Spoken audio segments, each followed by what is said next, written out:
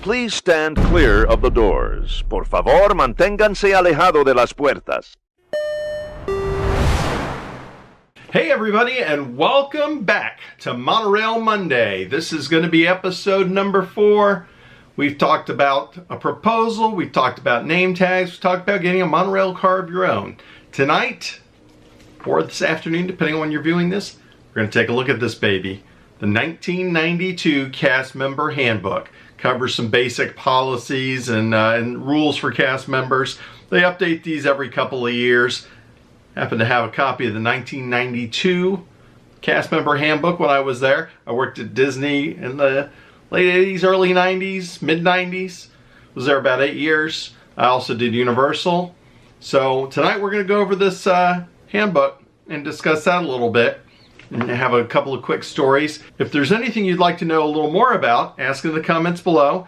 It's possible I may answer it on the next one, or I may do a Q&A and answer some questions that people have more in depth about working at the parks back in the day. And a lot of the stuff is the same, and there are a number of things that have also changed. So without further ado, Voice Overlord, bring us the episode. Episode 4, Cast Member Handbook. Ah yes, the 1992 Cast Member Handbook.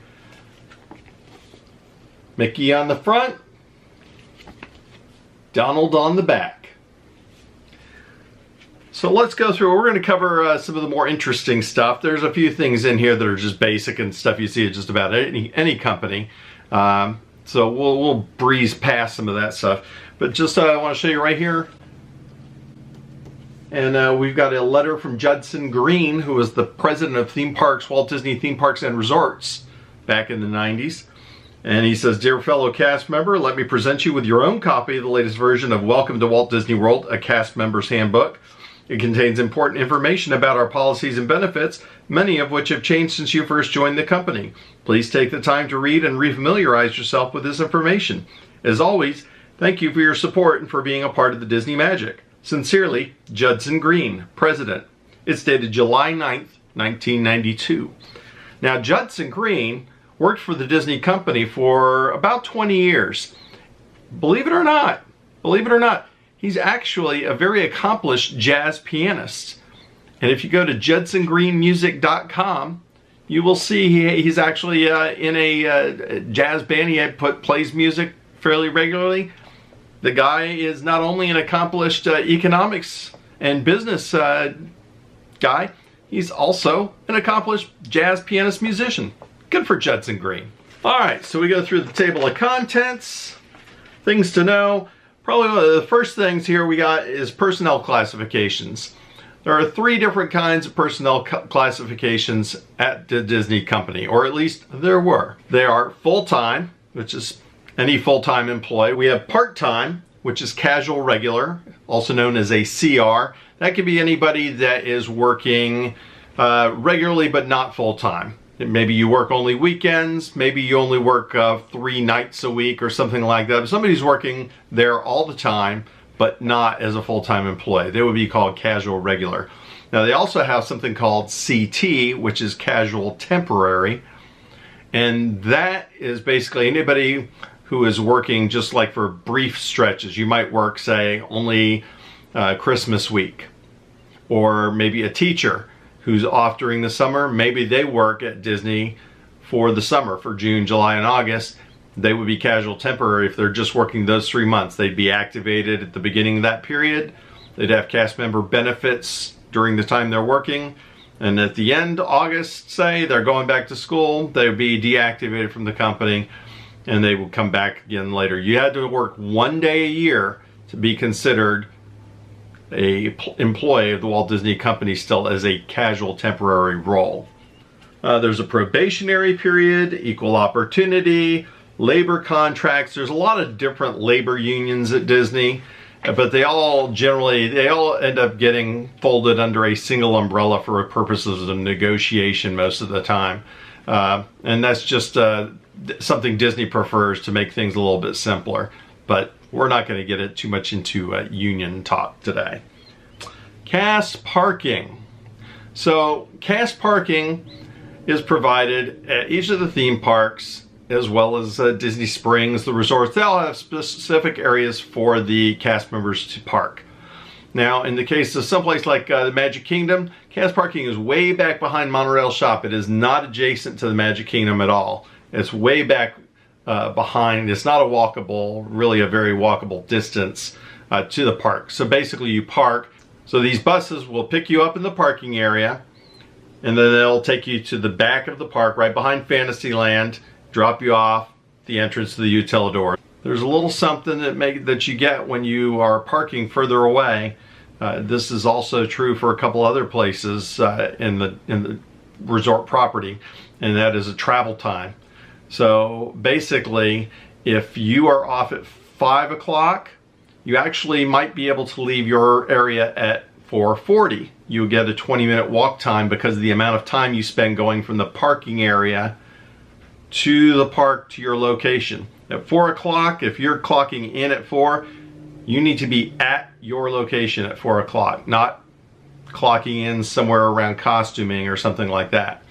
So because it takes you a while to go from the parking lot, take the bus over to the Magic Kingdom, say, costumes changed, go over to walk all the way over to Tomorrowland and the Utilidors, it takes a little bit of time.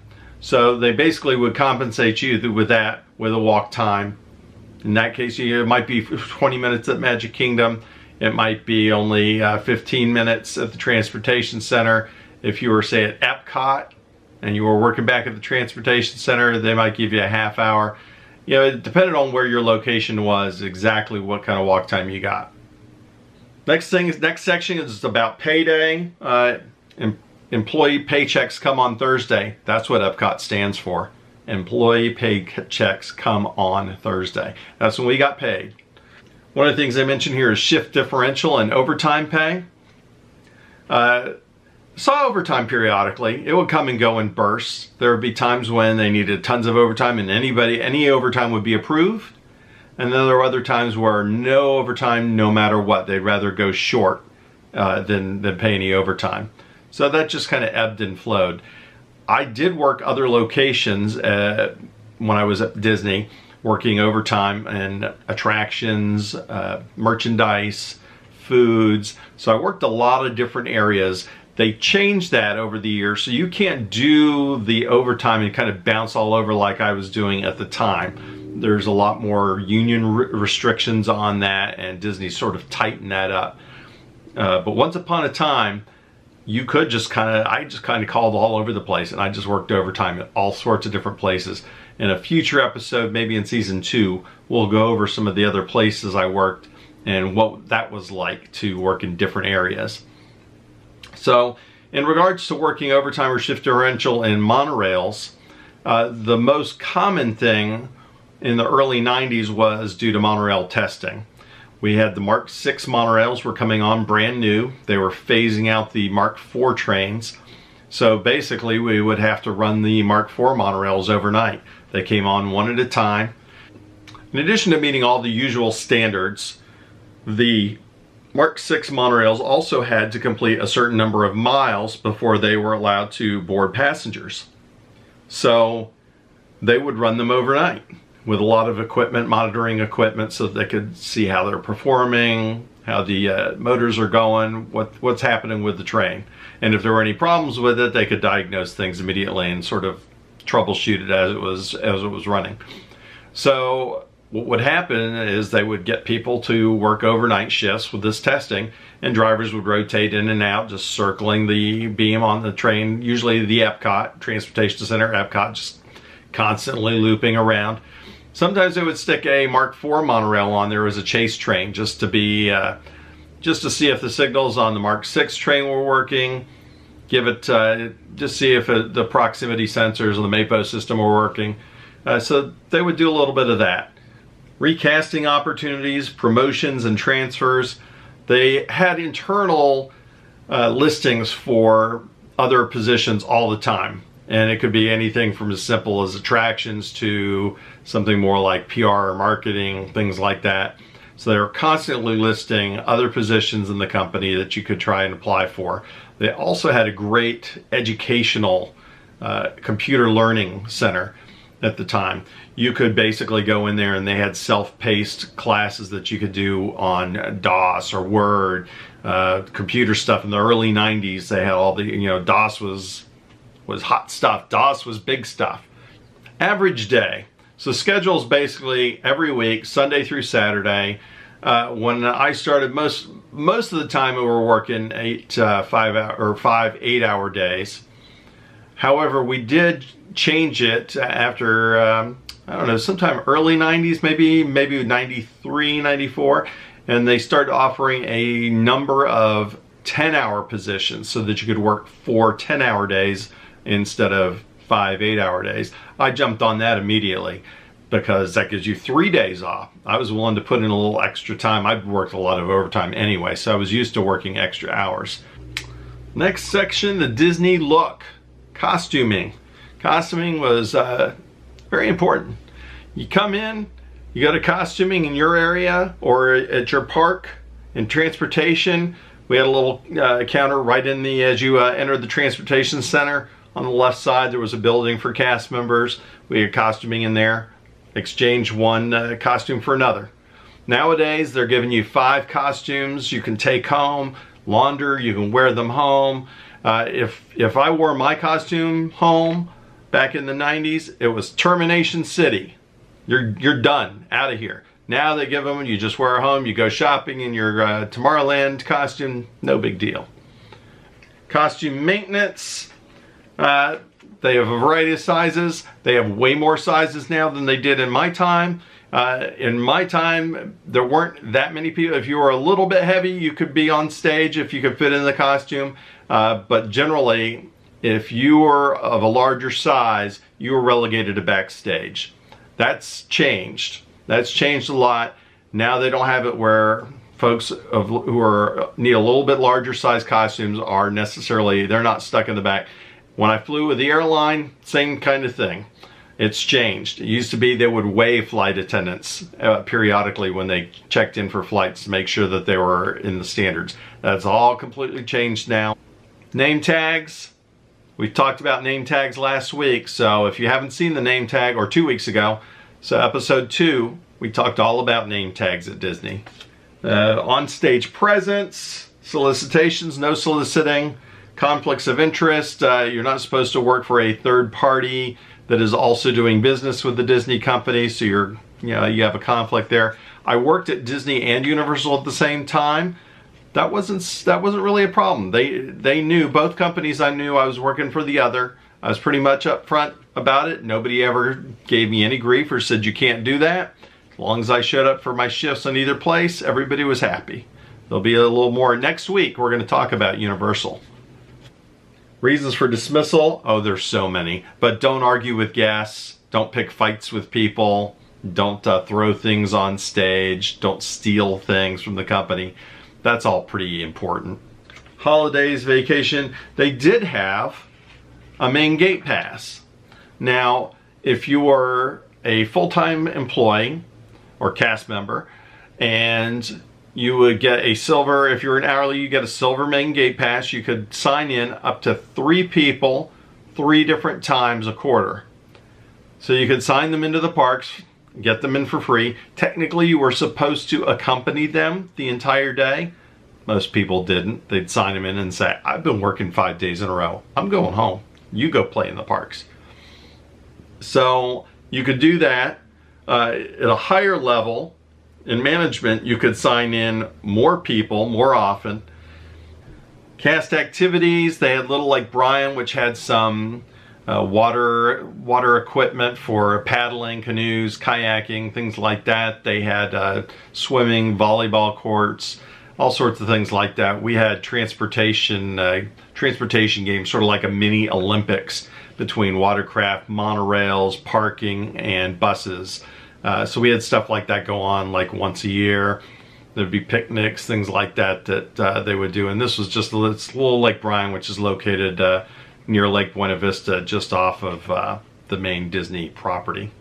Lots of banking services. They did have Eyes and Ears. That was a publication, comes out weekly and talks about what's going on at the Disney company. Sometimes there are interviews, sometimes artist concepts, things like that. And at one time I had a stack of those. I basically had those every week from when I started, and I had, I don't know, 6-7 years worth of them at least, stocked up every single week. I hadn't missed a week, had all of them in pristine condition. And at some point when I was moving, I just decided to let them go. So I found somebody who was a fan who would really be excited to have those, and I gave them away. Maybe in the next season we'll talk about the Monorail Cycle Times, which is a monorail newsletter that we put out every week. I still have some of those. So at the end, after some scholarships, learning center, idea program, basically they say it's time for the show. It's time to get out there and start meeting some guests and selling some Disney magic. It's not going to sell itself.